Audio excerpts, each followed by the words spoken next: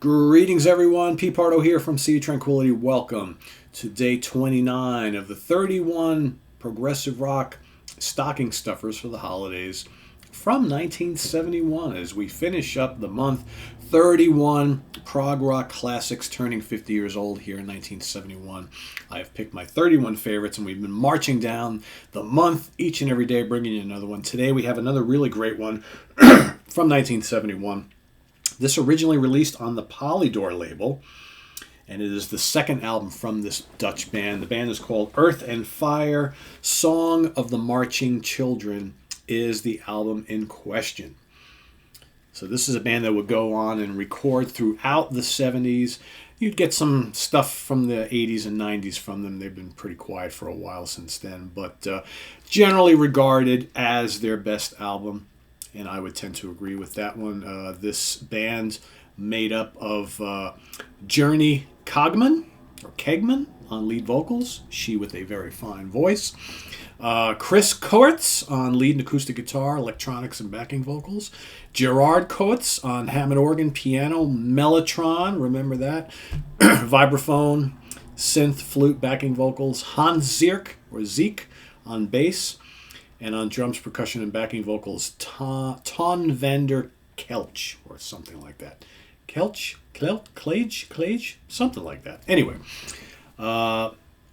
never really cared for the album cover here. This always seemed like it deserved, sorry for the glare, always seemed like it deserved something a little grander in scope. And you actually get that in the on the inside. I'm sure the original LP looked even better, but that's what you get on the inside. Song, The Marching Children. That kind of really exemplifies what the title of the album is all about. It's just a shame we didn't get more than just this black cover here. But the music contained on the inside is pretty damn good. As I mentioned before, mellotron, yeah, there's lots of mellotron here. If I would make a comparison of the music of Earth and Fire, especially on this album, think maybe Islands or Lizard era King Crimson mixed with vintage Renaissance. And I think the one real difference between Renaissance and Earth and Fire, because both female singers have similar type voices, although Annie Haslam's vocals with Renaissance go another notch higher on the octave scale. But Journey has a really, really lovely voice. She's got a little Grace Slick in her as well. But this music is like steeped, instead of like with Renaissance, you have lots of piano and this kind of classical, sweeping, orchestral type of thing, and very English sounding. These guys are the music is a little bit moodier. That's why I bring the King Crimson reference in. Lots of mellotron, more mid-paced songs. Definitely a little bit, obviously, more guitar. You got electric guitar on this album, whereas on the Renaissance album, it's mostly acoustic guitar. But you've got on the first side of the vinyl, all right, first half of the CD, you've got Carnival of the Animals, Ebb Tide, Storm and Thunder, and In the Mountains. And those are all the shorter tracks on the album. Longest one there is Storm and Thunder. All really good songs. Again, they vary in tempo. None of them are ridiculously complex, but it is definitely a prog album. Think again, kind of also maybe the first or second PFM album too. It's just kind of, it's emotional. It's got that this sort of a romantic feel to it.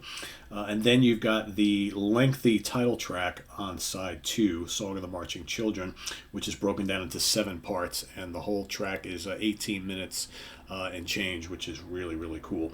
And that's where you get all the different ebbs and flows and starts and stops the band take you on a journey. Lots of really cool guitar work on this, and again, the Hammond organ, the little bits of synth, and certainly lots of mellotron. I mean, the big mellotron soundscapes are all over the place on here, and think similar period, like I mentioned, PFM before, certainly King Crimson as well.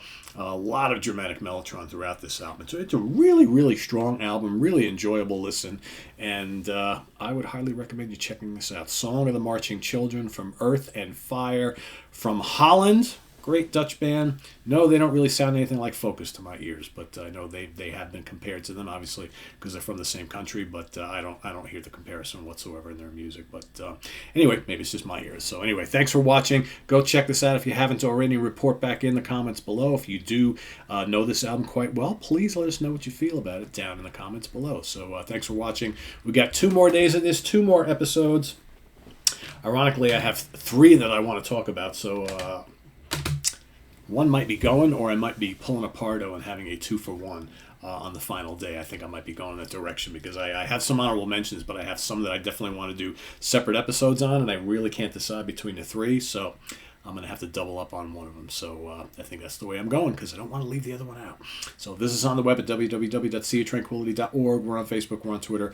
Of course, we're here on YouTube all the damn time. Thanks for watching, and we'll see you real soon here on the channel. Tomorrow morning, as a matter of fact, we've also got coming up, let's see what's happening. We got Thursday night. We're going to have a Monsters Den episode for you. Actually, we're probably going to have 2 of them for you. We're going to give you an extra special treat this week. We've got 2 of them. One is already recorded. The other one's in the works. So that is happening. Stay tuned tonight. And no show with Martin Popoff and myself this week. But I've got a couple other things planned for you that you'll be getting on Friday instead. And Martin and I will be back at you next Friday.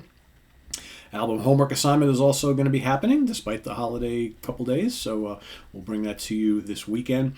That'll be Rick Labonte squaring off against Jack Toledano. And then post-holiday, we're going to kick things off at the Hudson Valley Squares once again. And the normal week schedule. So thanks for watching, everybody.